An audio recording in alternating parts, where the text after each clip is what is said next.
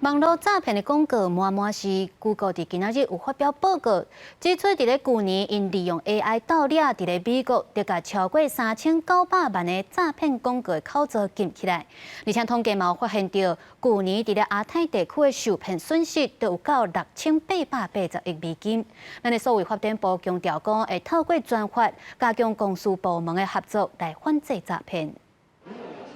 Google 今仔日发表年度广告安全报告。解说诈骗集团安怎透过网络平台散布假的引人的广告，还佫用比一般较悬10倍薪水谁人来引，去外国食头路，变若着调，都有可能互骗去东南亚的诈骗园区，性命就会受到威胁。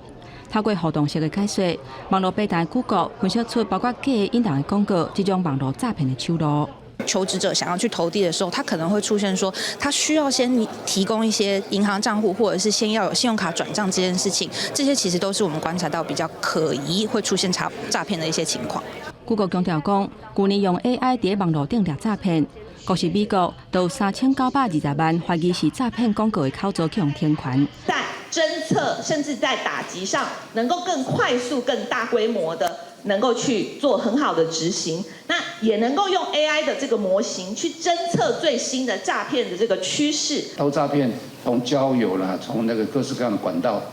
就是来